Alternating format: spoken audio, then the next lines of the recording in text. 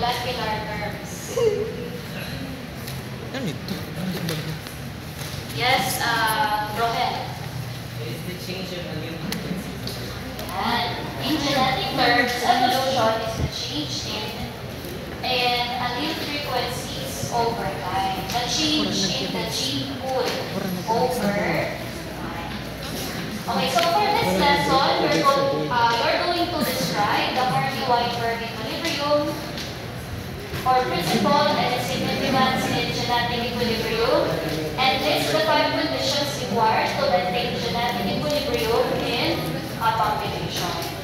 So you have this activity, the randomly selected each generation, you track how the phenotype proportions change or stay constant. Kasi hindi naman ninyo nakikita ang phenotype, ay ang genotype. Pero yung line, it is either homozygous or heterozygous. Pero knowing the phenotype can also help us determine the allele frequencies. Okay, so what is Hardy-Weinberg principle? Okay, so nakikita niyo ba ang butterflies na yan? So, sa first generation ng butterflies, Comment na lang. okay, so sa first generation, what can you see?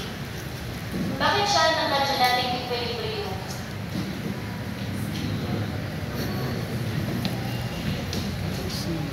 Tama ba yung picture na nakalap ko?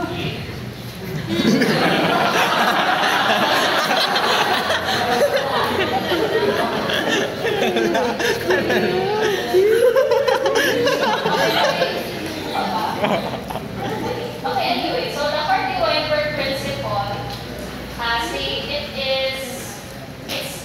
it states that allele or genotype frequencies stay constant with no evolutionary forces. So, kapag evolution is not happening, allele frequency is constant generation over generation. So, wala dapat ng mutation sa second generation. Dapat kung ano yung alleles sa first generation, yung proportion ng alleles sa second generation will also stay the same.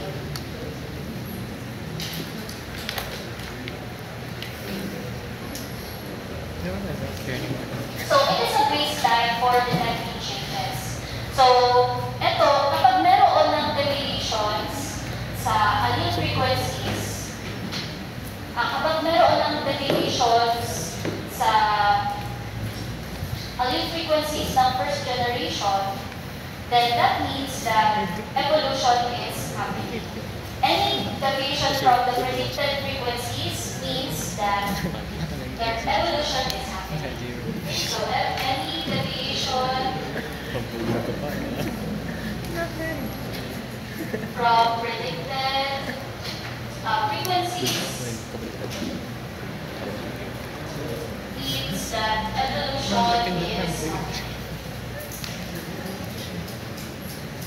And it is a mathematical model for predicting genetic stability.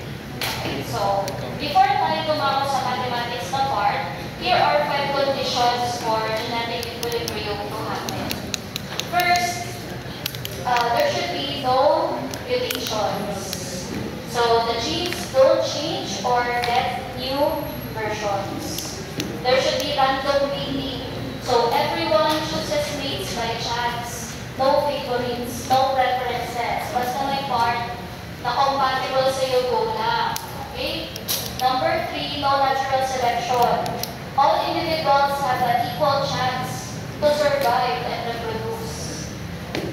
Next, large population size. The group is big enough to avoid random changes in genes, and there should be no gene flow, so no migration. No immigration or emigration happening. Pag sabi immigration, moving into. Pag emigration, okay, moving outside. Or leaving the group. So genes don't move in or out.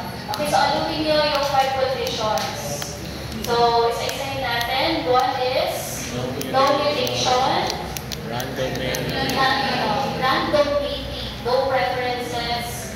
Pangatlo, no natural selection, large population size, and No gene flow. yeah, no gene flow. Ulitin ninyo.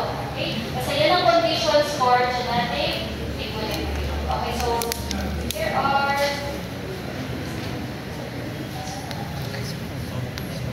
okay. So, bakit important sa genetic equilibrium ang large population size?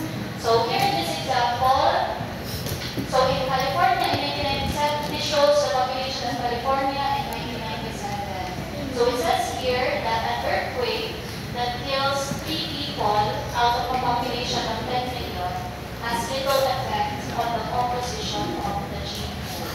So, in other words, kapag malaki ang population size, hindi mag-change ang allele frequencies kasi kahit kung konti lang yung mamatay. Okay? So, walang masyadong effect disaster. Okay? Walang masyadong effect mga factors like disaster or disease kapag malaki ang pinag-uusapan ng population. Next, random mating. So, an example of an organism na may random mating na principle is itong coral polyps. So, random mating because they disperse their sperm into the ocean currents. And contact with an egg in another coral is completely a true chance. Okay, so that's what makes it random mating. Kaya ba ng mga tao, do we have random mating? So, lahat tayo may type, lahat tayo may preference. So, ano tawag doon sa selection, sa bias natin, for potential traits? Sexual selection. Okay? So, hindi tayo random mating. Okay, next we have no mutations. So, with no mutations, the composition of the gene pool remains the same generation after generation if other conditions for Hardy-Weinberg equilibrium are also met.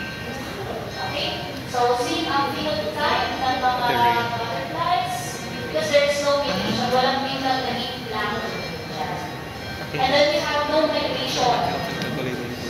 So, kapag na-isolate isang population, it prevents changes in the gene pool due to immigration and emigration. No migration. Yeah. Kapag walang gene flow, walang labas-masok na walang pumapasok-labas sa isang isolated na group of organisms, hindi talaga mag-change ang gene pool. And then, no selection. So, in here, yung dark na color, yan ay weed. And yung white flower, okay, so we have here 2 weeds, yung light color and dark color. Kapag walang environmental pressure, like herbicide na i-apply dito sa soil or dito sa plants, both herbicide-resistant and herbicide-sensitive weeds can live and reproduce. So, paano sila mag-exist? Equal chance of surviving and existing. Okay, so magkakaroon lang ng genetic equilibrium if all of the 5 conditions are met. Kaya ulitin natin, ano nga yung lima ng condition? No mutation, random mating, no natural selection, no large sample size, and no gene flow. Okay. So, what does the Hardy-Weinberg equation tell us? So, it predicts genotype frequencies in a population at genetic equilibrium. So, kinukulat niya ang allele frequencies to genotype frequencies. Okay, kasi ang proportion ng allele dito sa population, yan ang mag-determine ng genotypes and consequently ang phenotype, ang frequencies ng and the equation, tandaan niyo, is p squared plus 2pq plus q squared equals 1. So, para siyang quadratic equation, except na equal siya sa 1, hindi 0. So, ano ang relevance nito na 1? Then, yan yung rule na alleles, okay, for that population.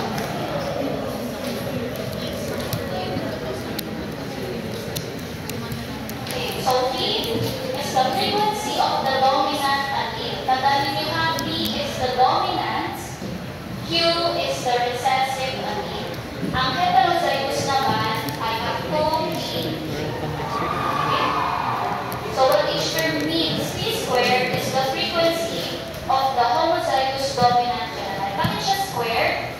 Because it exists in 2 copies. Okay?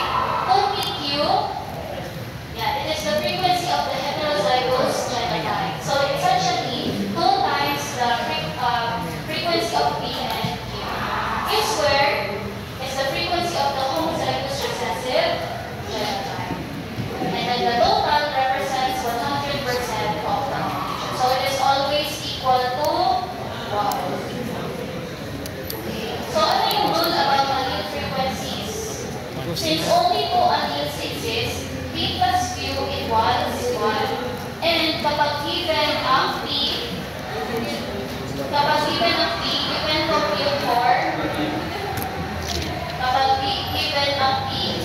can compute for, the Q, and vice versa.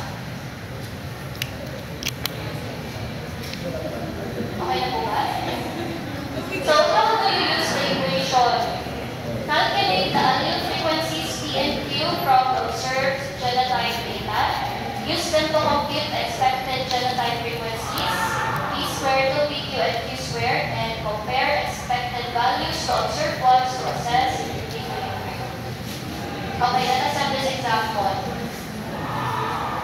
Okay, so we have the red-tailed guppy and the spotted guppy. So in a population of 100 fish, 36 have 2 dominant alleles, 48 have 1 dominant and 1 recessive allele, and 16 have 2 recessive alleles. What is the frequency of the dominant allele in the population?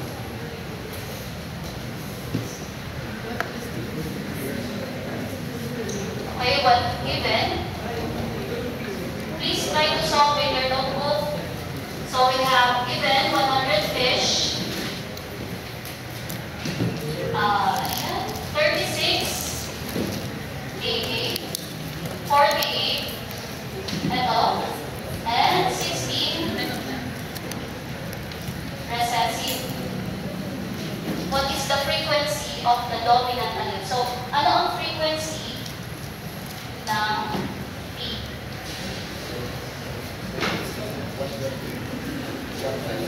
Ano? 120? Wait.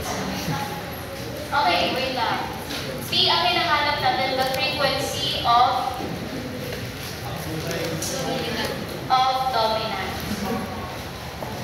Okay, so ano ang given natin? What does AB stand for? Recessive. Recessive. It represents Q squared. Okay? So to get Q, anong gagawin natin? We're going to take the square root of 16. And then we get 4. Yes. We get, I will count. So it is Q squared. Yeah.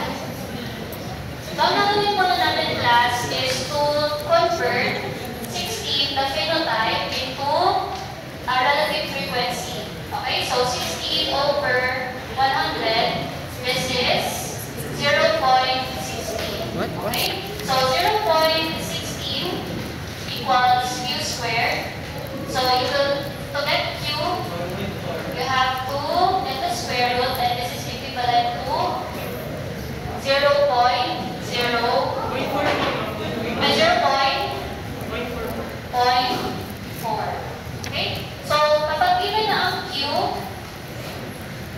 i-minus na natin siya dito sa 1. Okay?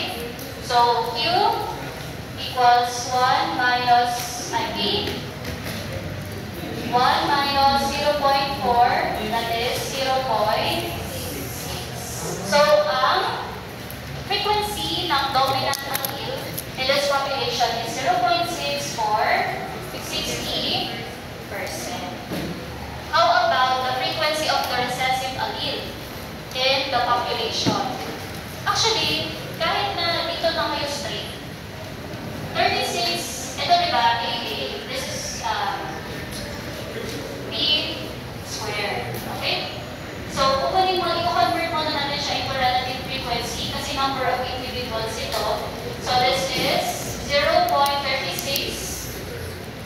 square root nyo, this is 0.0 at 0.6. So, para nakuha na natin actually ang Q, which is 0.4. Nakuha po ba?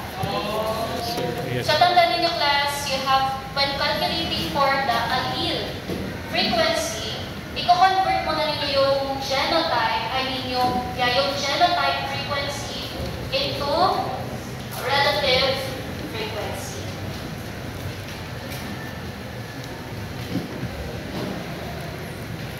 Always convert genotype counts to frequencies by dividing by the total population before applying the Hardy-Weinberg formula. Okay, kaya pa ito. So, inform purple kernels are dominant 2 yellow. And a sample of 100 kernels, 9 are yellow and 91 are purple. The population is in Hardy-Weinberg equilibrium. What is the frequency of the heterozygous individuals in this population? May time pa ba? Ano lang? Ano? Ano? May nakasolve na ba?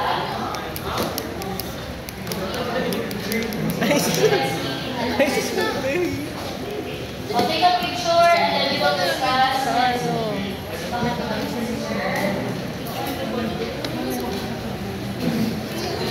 Nine or 9